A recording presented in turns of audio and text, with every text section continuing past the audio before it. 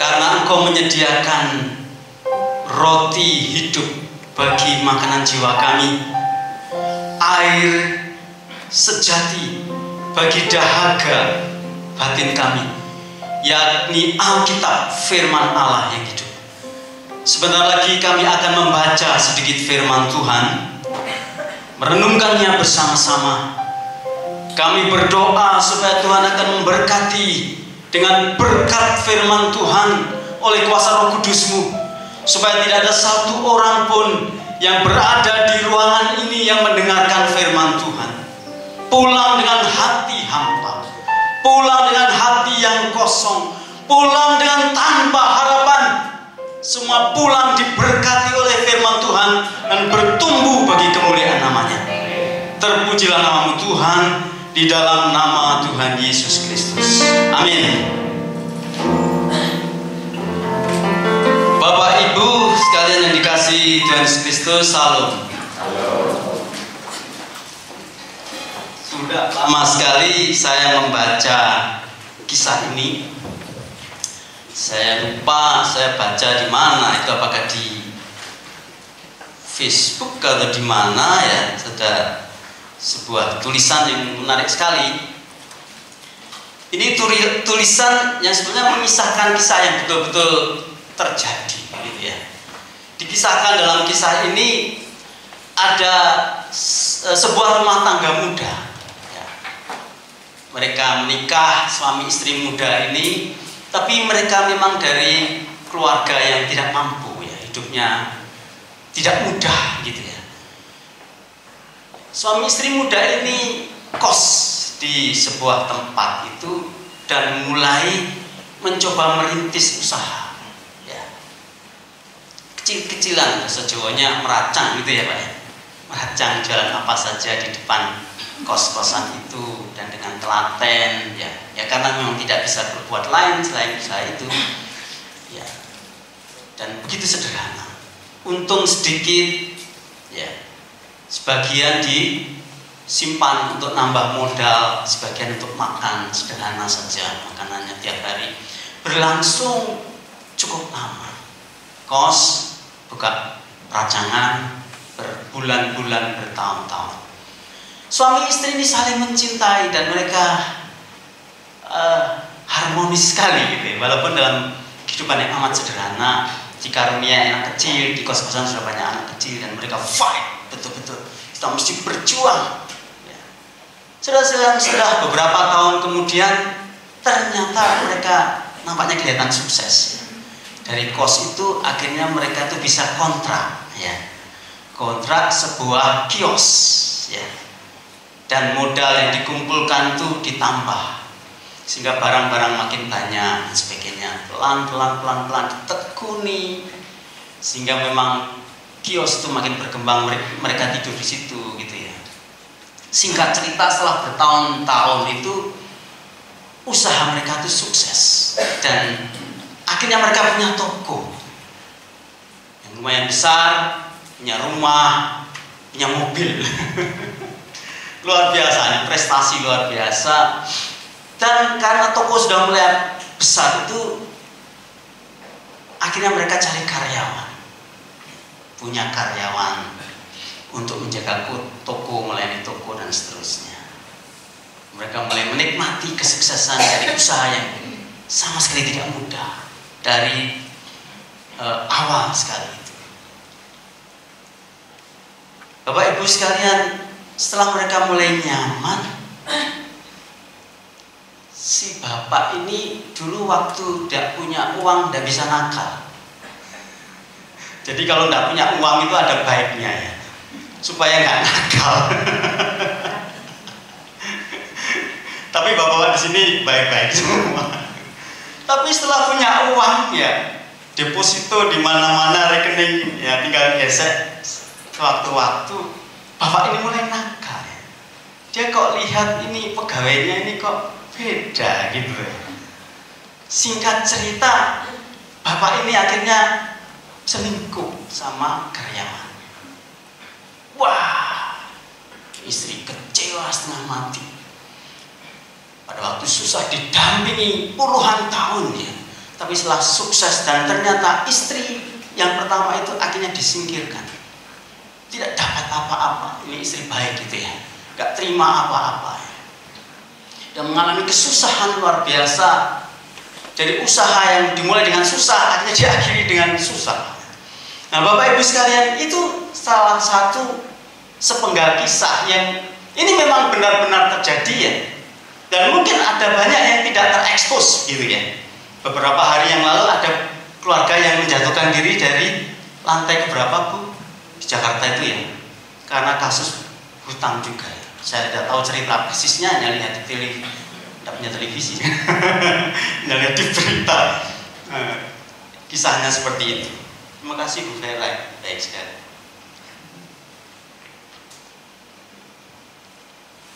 Engkau mengerti yang ku mau. Hari ini kita akan merenungkan satu tema indah sekali.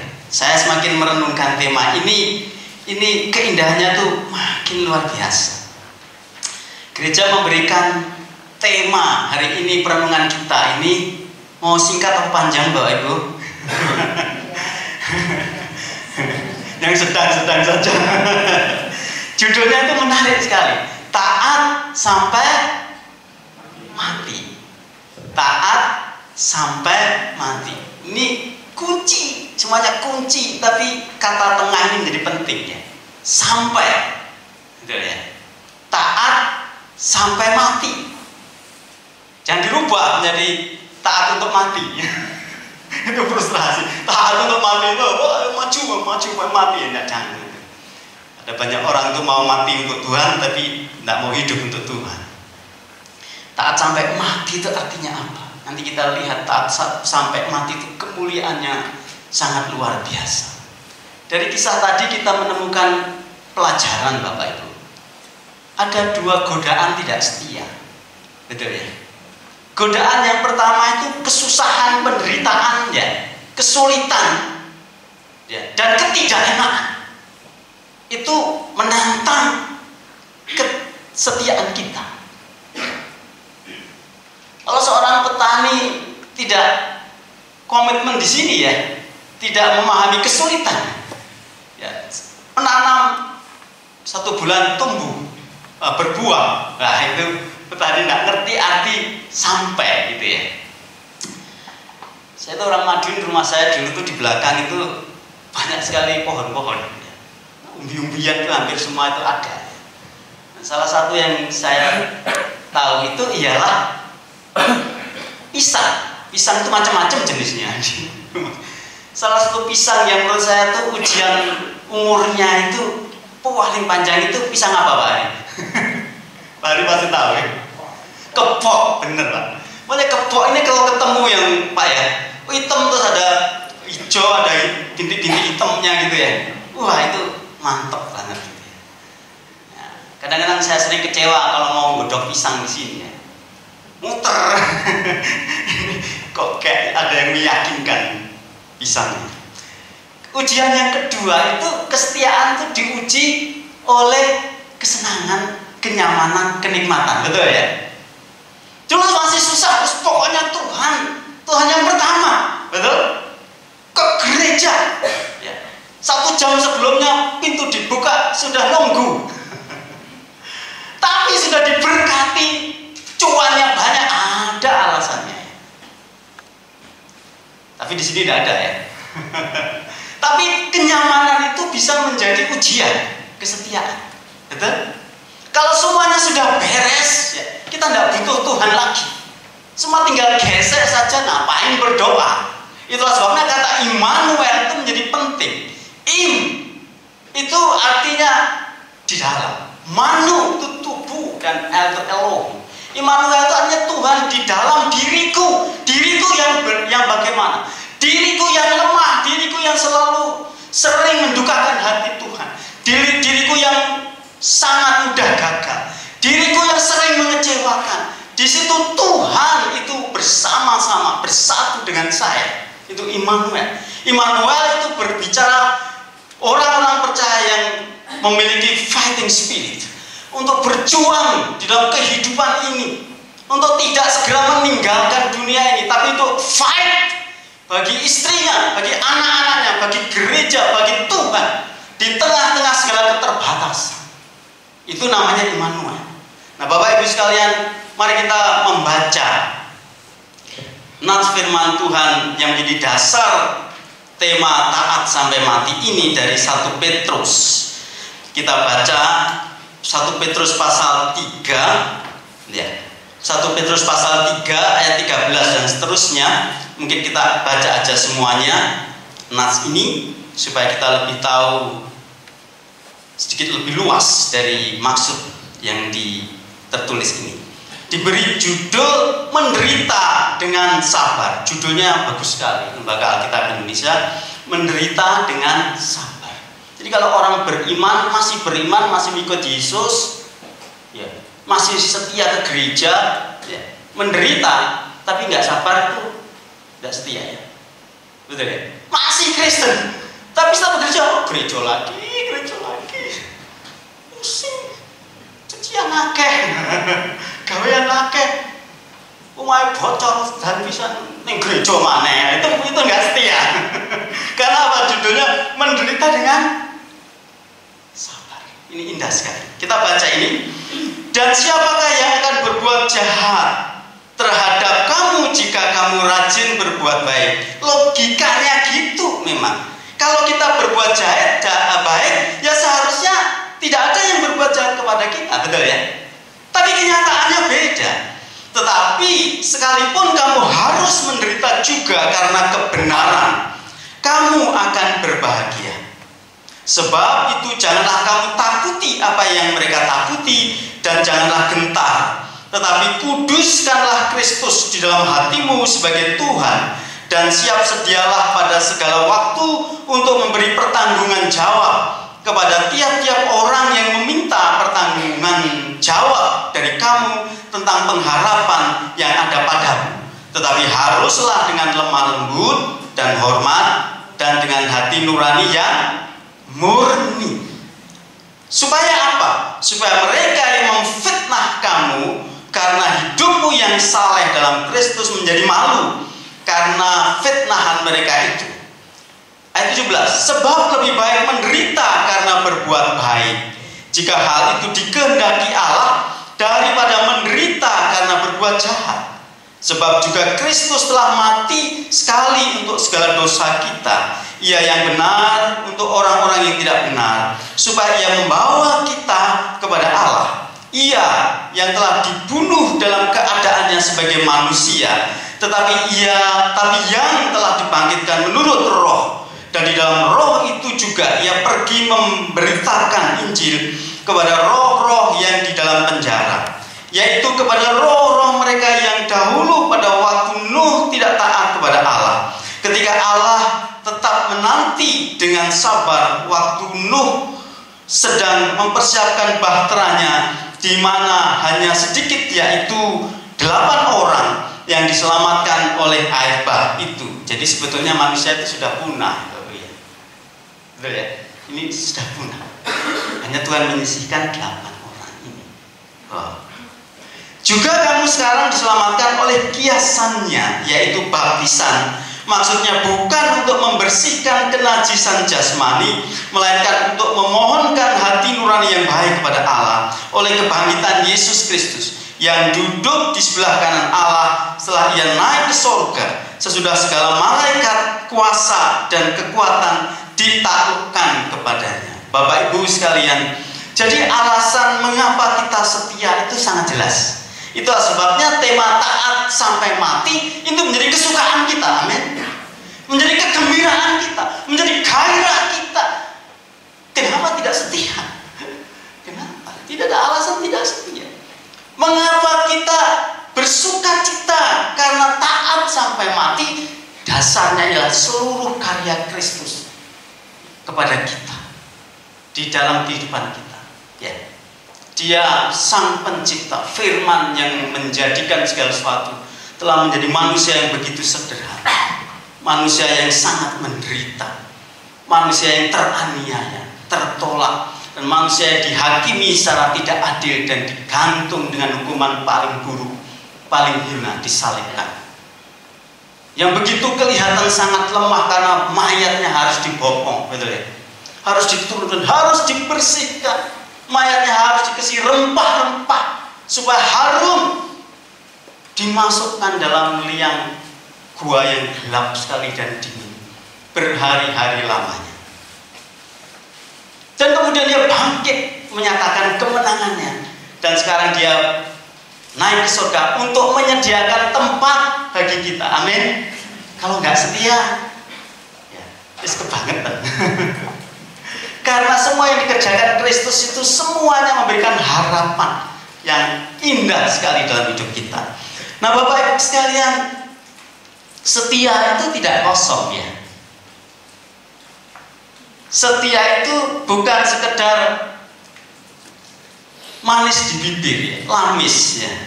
Setia itu tidak kosong. Tuhan Yesus begitu tepat memberikan gambaran. Kesetiaan itu bernas.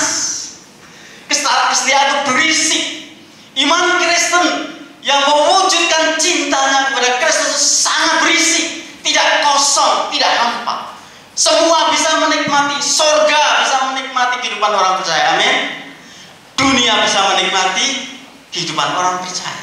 Karena kesetiaan itu bersifat bernas, berisi. Tuhan Yesus memberikan perumpamaan yang sangat bagus sekali mengenai kesetiaan ini. Pada suatu hari,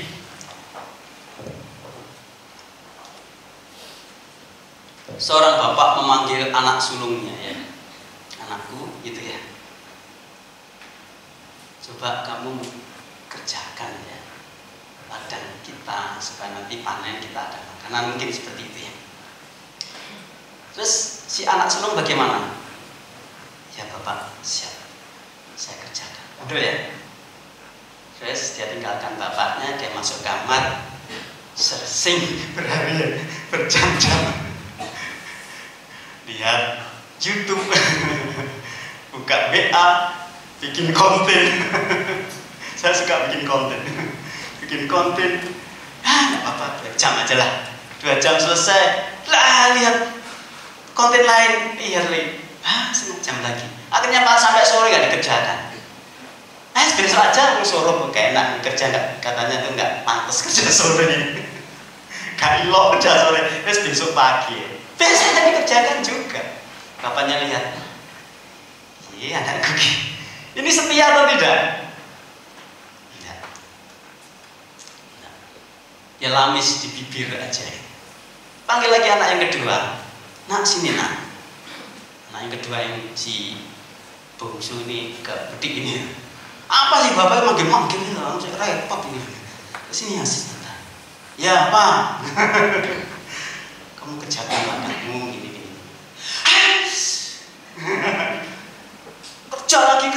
Kerja lagi sambil ngomel dia tinggal bapaknya tapi ngambil cangkul juga.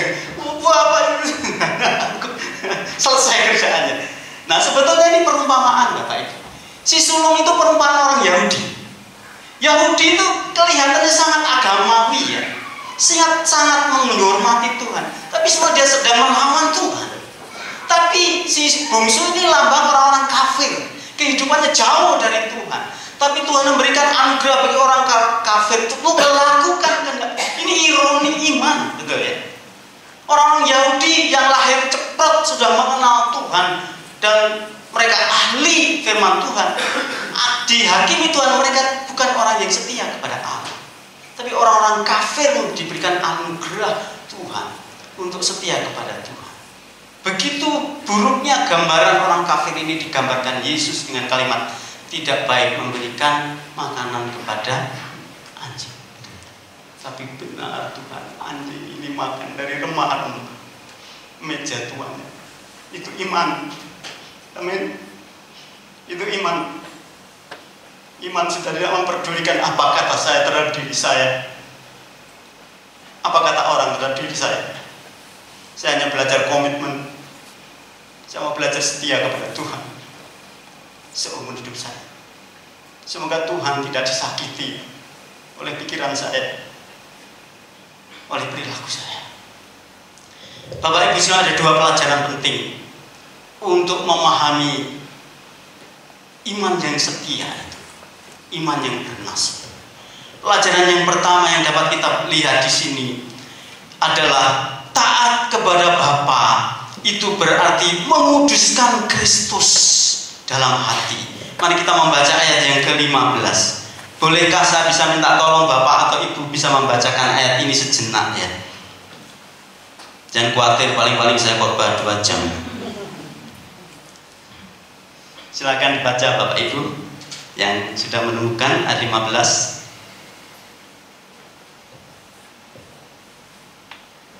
Mari.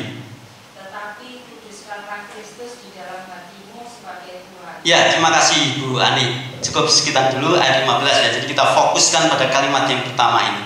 Tetapi kuduskanlah Kristus di dalam hatimu sebagai Tuhan. Saya coba untuk membandingkan terjemahan lain. Misalnya King James Version itu menulis lebih pendek kalimat ini, tapi namanya ini lebih, menurut saya lebih sesuai maksudnya ya. Di dalam King James Version tertulis, but sanctify the Lord God and your heart. Sanctify di awal dengan but itu berarti sebuah kondisi kontras ya. Tetapi sanctify the Lord God, kuduskanlah Tuhan Allah and your heart, di dalam hatimu. Bapak Ibu, inti kunci dari kalimat ini pada kata sanctify, kuduskanlah. Dalam konsep Alkitab, kata kudus itu memang diinspirasi dari kata kados dalam bahasa Ibrani Perjanjian Lama. Kados itu artinya itu pemisahan atau terpisah, betul? Bunga ini tidak jadi satu dengan ini. Bunga ini dipisahkan, ya. Itu artinya dipisahkan. Bunga ini bukan bunga ini. Ini dipisahkan. Jadi kuduskanlah Tuhan dalam hatimu, itu artinya secara literal Tuhan bukan kamu. Betul? Amin. Kita harus bersikap ini. Kita harus menyadari bahwa saya orang berdosa. Tuhan tidak ada kaitannya dengan dosa-dosaku. Jangan libatkan Tuhan. Betul? Kalau tidak jujur, jangan libatkan Tuhan. Jangan pakai nama Yesus Kristus tidak jujur. Betul? Karena Allah itu kudus. Kalau diaplikasikan dalam hidup, seluruh kehidupan kita seperti ini. Betul? Kalau kita tidak jujur dengan pasangan kita, jangan mengatasnamakan Tuhan.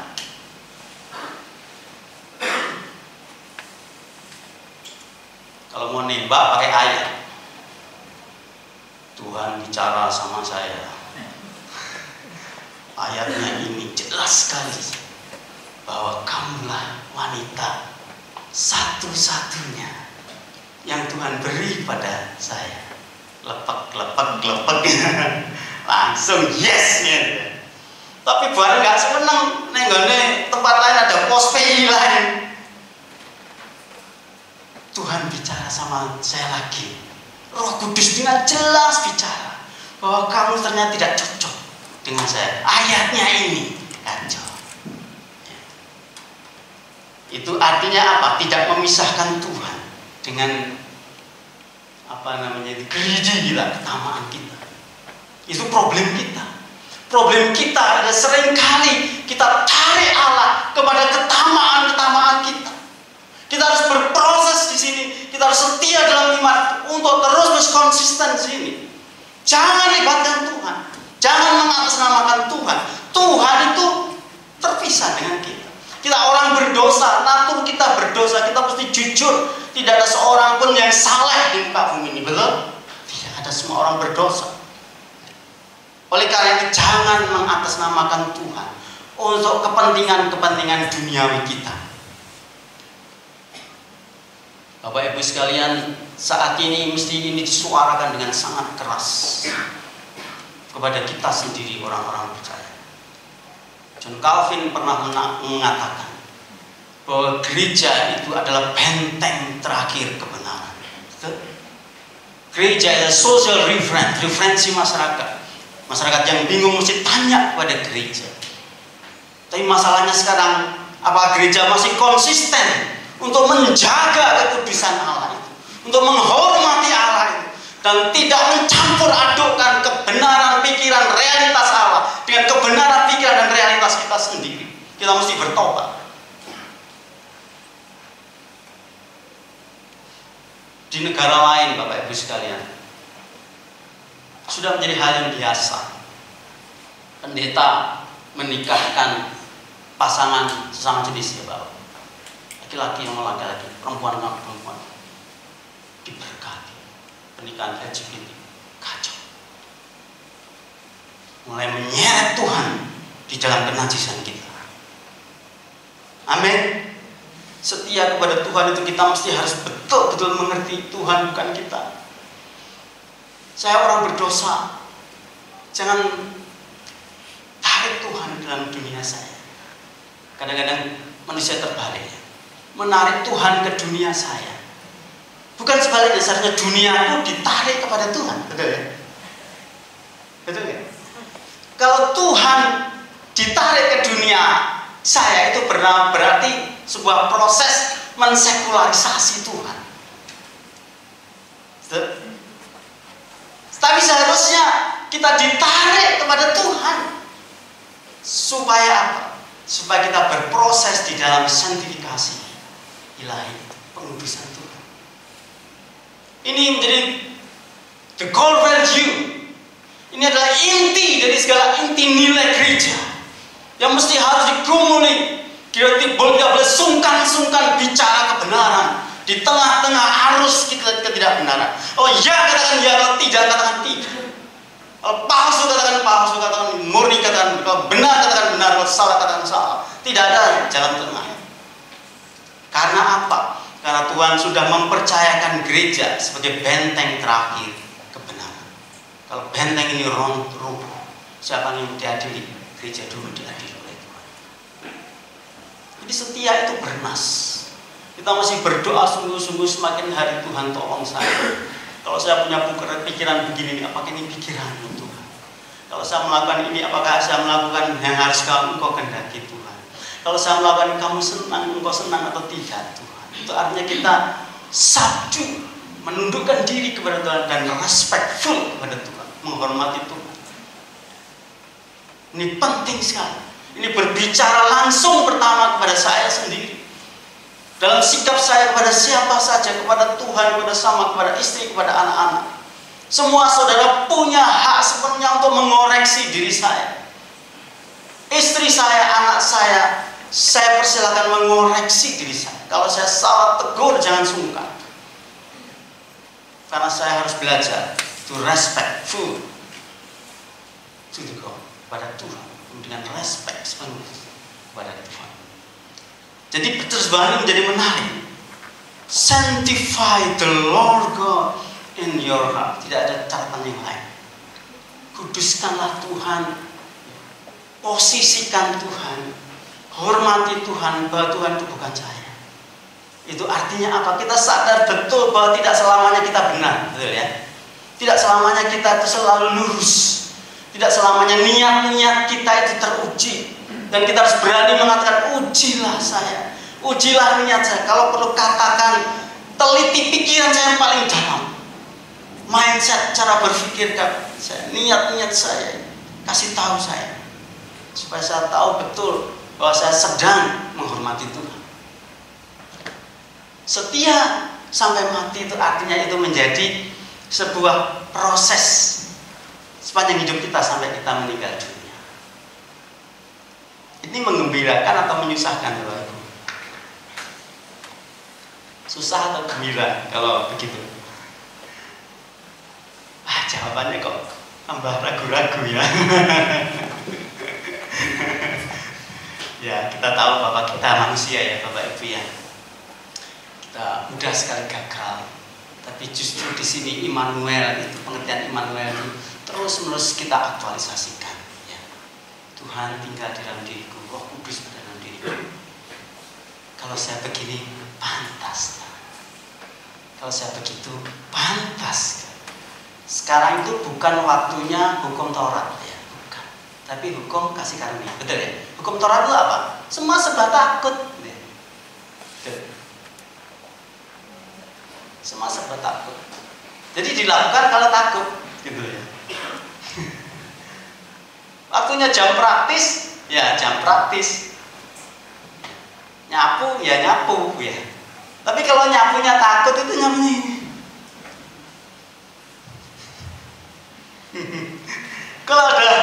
Andre.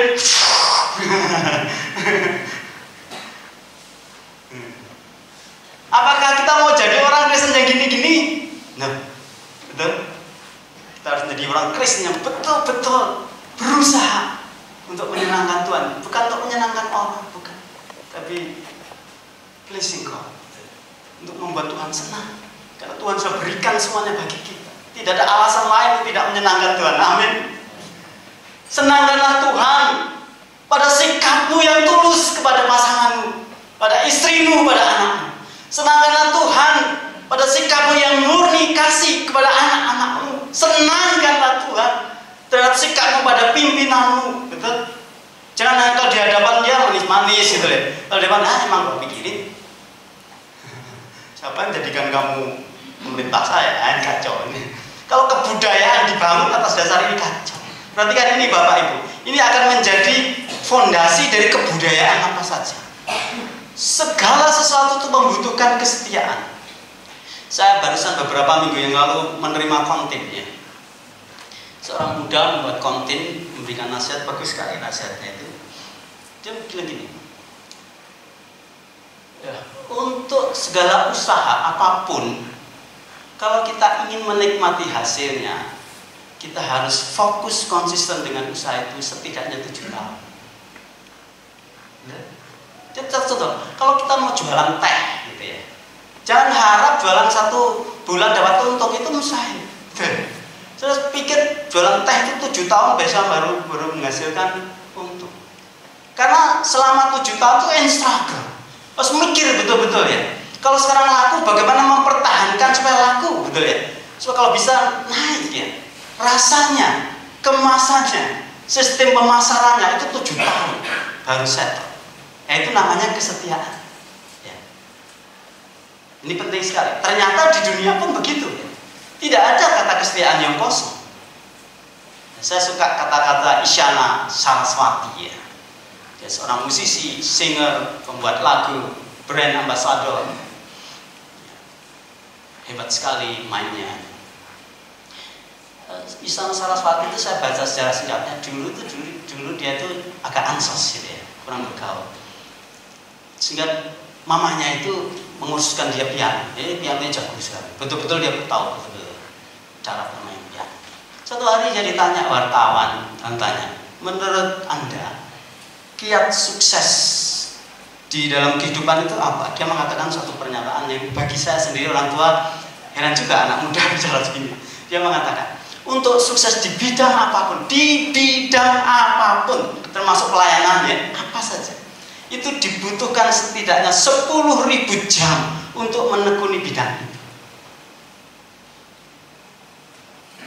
Setuju? 10.000 jam. Apakah seorang yang tidak pernah kuliah itu bisa sukses? Bisa, tapi dia melewatinya non kuliah, betul ya? Betul? Dia belajar terus cara itu, meningkatkan 10.000 jam. Jadi yang dipikirkan tiap hari ya usahanya itu. Yang menjadi fokus. Nah ini baru menghasilkan. Iman Kristen juga begitu. Jadi iman atau taat sampai mati itu artinya sebuah kesukacitaan, sebuah pergumulan, bahkan juga kadang-kadang sebuah tangisan untuk terus-menerus mengaktualisasi Tuhan. Bagaimana seharusnya aku mempergunakan hidupku ini? Bagaimana aku memanage pikiranku? Bagaimana aku memanage emosiku? Bagaimana aku manage perilakuku? Bagaimana aku membangun relasiku? Bagaimana aku bersikap terhadap kehidupan dan kesusahan yang aku alami? Bagaimana aku bersikap terhadap pandemi? Bagaimana aku bersikap dengan sulitnya cari pekerjaan? Bagaimana? Itu namanya sebuah proses bergumul taat sampai mati, dengan pergumulan untuk betul-betul to respectful kepada Tuhan, pada Kristus. Boleh nggak nangis di hadapan Tuhan? Boleh, tentu saja boleh. Tuhan sendiri mengatakan, ketoklah pintu, maka pintu akan dibukakan, carilah, pasti mereka akan mendapatkan. Betul ya? Jadi sebuah usaha yang sungguh-sungguh dalam kehidupan ini. Ini bukan berbicara mengenai kiat yang instan, ya, tapi kiat yang konsisten. Sekarang ini kita lebih suka instan daripada konsisten. Itu sebenarnya salah. Saya ingat Agnes Monica yang pernah mengatakan, orang kadang-kadang melihat bahwa sukses itu di prestasi yang dicapai. Bukan. Sukses itu prosesnya.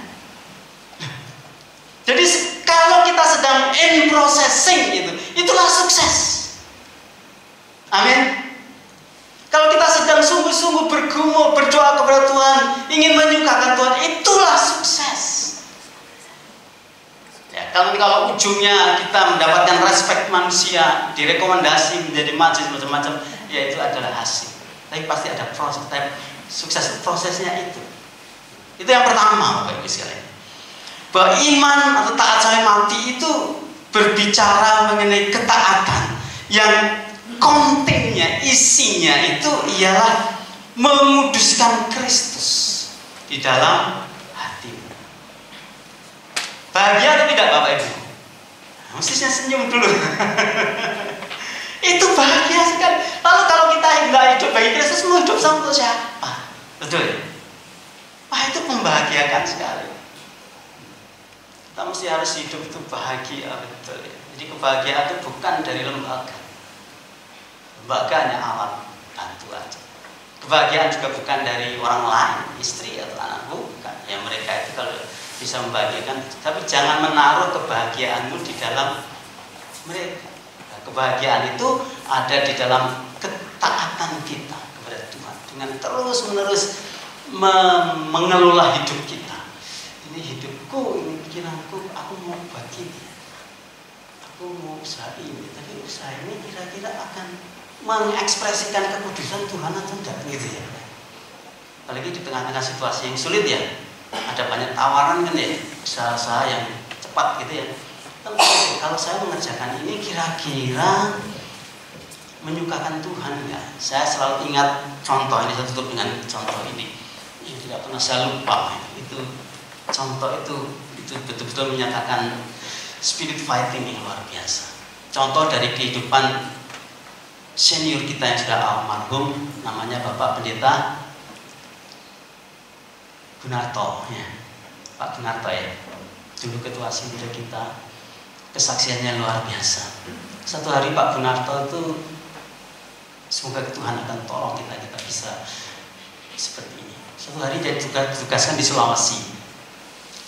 Beliau ini adalah atasan dari pabrik gula ya. Dia ditugaskan di Sulawesi, sebuah pabrik. Nah, karena PG ini kan BUMN Pak ya. Dia dapat anggaran dari pemerintah ya untuk supply itu. Suatu hari mereka dapat proyek uang besar sekali dari pemerintah untuk satu proyek pengembangan pabrik. Wah, kerjakan buat tim, kerjakan jalan. Setelah beberapa lama kemudian tinggal 30% proyek itu selesai. Lalu salah satu staf itu ngajak rapat. Saudara, Pak, ini proyek sudah 70%, tinggal 30%. Kita sudah gunakan dana sekian, gitu ya. Tapi masih belum selesai, masih 30%. Bagaimana Pak kalau kita laporkan selesai saja? 20 orang katanya itu setuju, tanda tangan ya. 70% nyatakan selesai, artinya apa? Sisa dananya ya sudah kita tahu ya, karena sudah selesai ya. Sisa dananya yang 30% ya kita 30% itu bukan ribuan, ratusan ribu itu miliaran gitu ya. Tapi Pak Gun ini bergumul, saya tidak bisa tanda tangan. Wah, rapat itu gempar. Lah Bapak ini mempertaruhkan nama baik kamu, bla bla. Iya, saya tidak bisa, ini belum selesai. Ujung-ujungnya Pak Gun itu tidak didengarkan. Ini namanya taat sampai mati. Itu memang penuh tantangan, tapi membahagiakan kan? Wah, itu membahagiakan. Sepanjang umur pelayanan Pak Gunarto, Dia selalu ceritakan cerita yang orisinil dan kami diberkati. Saya anak-anak muda dengarkan, diberkati Tuhan. Pemimpin saya memiliki kualitas, kredibilitas yang teruji. Yang pertama, kuduskanlah Tuhan Allah di dalam hatimu. Sanctify God in your center of your heart. Usaha. Kita mesti struggle di sini karena kita manusia berdosa dan manusia daging. Dan tidak apa-apa kalau kita bergumul, memang seharusnya kita bergumul, bersyukur kalau kita bergumul. Betul. Dan menunjukkan Roh Kudus bekerja dalam hati kita. Yang kedua, Bapak Ibu sekalian, yang kedua, selalu siap sedia memberi pertanggungjawaban atas ketaatan kita kepada Bapa. Mohon Ibu Ani bisa melanjutkan, Bu, tadi saya stop ya. Ayat 15, terima kasih Bu Ani. Dan siap sedialah pada segala waktu untuk memberi pertanggungan jawab kepada tiap-tiap orang yang meminta pertanggungan jawab dari kamu tentang pengharapan yang ada padamu. Tetapi haruslah dengan lemah lembut dan hormat. Ayat 16 sedikit lagi. Ayat 16, dan dengan hati nurani yang murni, supaya mereka yang memfitnah kamu karena hidupmu yang saleh dalam Kristus menjadi malu karena fitnahan mereka itu. Terima kasih Bu. Jadi kekristenan selalu menolak kekerasan apapun awalnya, betul ya? Walaupun atas dasar alasan kebenaran setinggi apapun, kekerasan tetap menolak kekerasan. Karena kalau kita menunjukkan kebaikan kita, itu haruslah dengan lemah lembut, dengan hormat, dan dengan hati nurani yang murni. Amin Bapak Ibu sekalian. Wah, kita bersuka cita dengan ini. Kita bergaul dengan banyak orang dan tipe orang. Ada orang tertentu kita terus blended sekali, enak sekali cerita gitu ya. Tapi ada orang tertentu ngeritik melulu. Tapi kalau kita benar, maka Tuhan ajarkan supaya kita itu menyatakan kebenaran kita itu dengan lemah lembut, penuh hormat dan murni. Jadi ini ada sebuah proses pendewasaan, betul ya? Jadi Kristen itu makin dewasa, makin dewasa. Seharusnya Kristen itu harus semakin lemah lembut, semakin bisa menghormati orang, tidak underestimate ya. Underestimate itu menilai orang rendah ya. Atau upper estimate itu mengagung-agungkan orang gitu ya. Kayak dewa ini. Tapi orang lain, siapa kamu? Itu namanya underestimate, lawannya upper estimate. Tapi harus dengan hormat kepada siapa? Jangankan kepada orang yang respect pada kita. Orang yang mengkritik kita dengan tajam, kita mesti harus beri pertanggungjawaban secara hormat. Saya akan menutup dengan contoh ini. Ribuan atau ratusan ya, ratusan tahun yang lalu ya, dikisahkan sebuah kisah bahwa Kaisar Herodes, kalau nggak salah ya, Kaisar Herodes itu mau mengambil keputusan untuk membasmi orang-orang Kristen di seluruh wilayah jajahan. Semua orang ditangkapi. Ada sebuah jemaat yang tidak ingin pimpinannya itu ditangkap, lalu mengungsikan jemaat pimpinannya yang sudah sepuh umur 70 tahun ke satu desa kecil terpencil. Tapi karena intel itu tahu, akhirnya di satu siang itu rumahnya itu sudah dikepung pasukan Romawi gitu ya. Sudah mulai surup gitu ya. Pasukan Romawi di depannya. Keluar Pak, mami mereka. Itu Bapak keluar ini, Pak ini sudah sore Pak. Tahu Bapak harus kami tangkap. Makan dulu, dikasih makan, kasih minum, makan pasukannya. Oke sudah, akhirnya ditangkap dengan kereta, dengan kuda ditangkap. Seorang bapak tua. Si pemimpin pasukan bilang, Pak gini loh Pak, sudah loh Bapak itu jangan mempersulit diri gitu loh. Tinggal Bapak itu mengakui saja bahwa Kaisar itu dewa sudah gitu ya. Dan tidak percaya Yesus Kristus. Nah, sudah. Bapak ini diam, sepanjang jalan itu dirayu supaya tidak terjadi penghukuman gitu. Ini pasti hukuman mati. Tapi Bapak ini hanya diam, ya nanti saya sampaikan. Benar sampai pada satu tempat penghakiman itu tanya gini-gini, apa kamu pengikut Yesus? Ya, saya pengikut Yesus. Kamu sekarang mau mengingkari kepercayaan pada Yesus Kristus? Maaf, saya tidak mau. Kamu tinggal nyembah Kaisar, berikan pernyataan Kaisar dewa saya. Kamu akan lolos dari api gitu ya. api pembakaran ini. Saya tidak mau. Akhirnya sudah siapkan. Akhirnya bapak ini diikat di tiang yang sudah dilumuri minyak binatang itu dengan kayu-kayu di situ. Pemimpin pasukan tanya sekali, Pak, ini terakhir, ingkari Yesus dan menyembah kaisar atau tetap kepada penyembahan kepada Yesus? Bapak ini bilang gini, lebih dari 30 tahun saya mengenal Yesus, dan selama itu dia tidak pernah mengecewakan saya. Bagaimana mungkin saya saat ini mengecewakan Yesus? Buk! Api menyala. Orang ini bernama Polikarpus.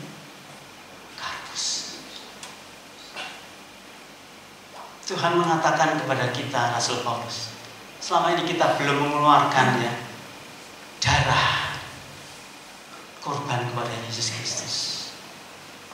Mungkin kita menderita saat ini. Mungkin banyak pergumulan saat ini. Mungkin saat ini kita betul-betul bingung bagaimana bisa mendapatkan uang untuk bisa melanjutkan hidup. Sulitnya pekerjaan, susah usaha. Mungkin saat ini kita banyak sekali kekecewaan. Tapi pada pagi hari ini firman Tuhan menantang saya, menantang saudara. Siapkah kita taat sampai mati untuk menghormati Tuhan, untuk respect kepada Tuhan, untuk melayani Dia seumur hidup kita? Mari kita berdiri, kita ambil waktu sejenak. Saya mohon pemain musik bisa maju ke depan.